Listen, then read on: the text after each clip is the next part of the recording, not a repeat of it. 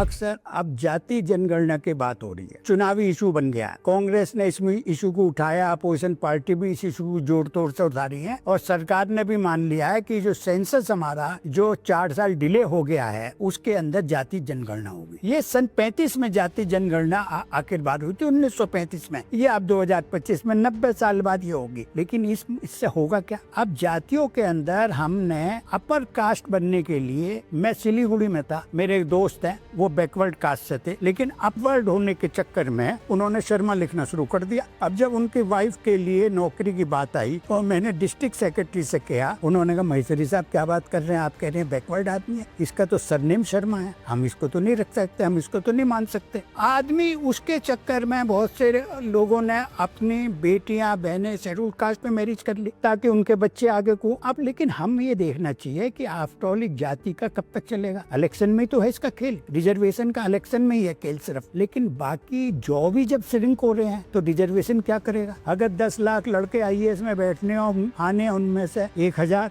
तो क्या होगा? नीट के एग्जाम में कितने लाख बैठते हैं, उसके अंदर सेलेक्ट कितने होते हैं? तो जब जॉब ही श्रिंक कर रहे हैं और फिर जातों का, आप जातियों को क्या करेंगे? मैं जब हरियाणा में था तो मैंने कहा राम तुलाराम के मूर्ति के लिए तो आंदोलन हो सकता था। मैंने कहा उत्तर प्रदेश में तो अहीर बैकवर्ड है, तुम भी बैकवर्ड की डिमांड करो। बोले साहब वो होंगे उत्तर प्रदेश के अहीर बैकवर्ड, हम तो राव राजा हैं, हम बैकवर्ड नहीं है, हम तो राजा लोग हैं। इसी तरह हर जगह अब बनी है। बिहार के अंदर तेली बनी है, बैकवर्ड कम्युनिटी हो गई। हमारे यहाँ तो बनियों को बैकवर्ड नहीं मानते। हमारे यहाँ जरूर एक जो लैंडेड क्लास है जाटों की, कुर्मियों की, वो भी अपने को बैकवर्ड मानने लगे क्योंकि जॉब मिल जाएगा। जब जॉब ही नहीं है तो तुम चेंज किसे कर रहे हो? ये सारी चीजें बनने के लिए क्या कर रहे हो तुम? ये तो हमें अपने जाति का हो रहा, देखिए क्या होता है इसमें।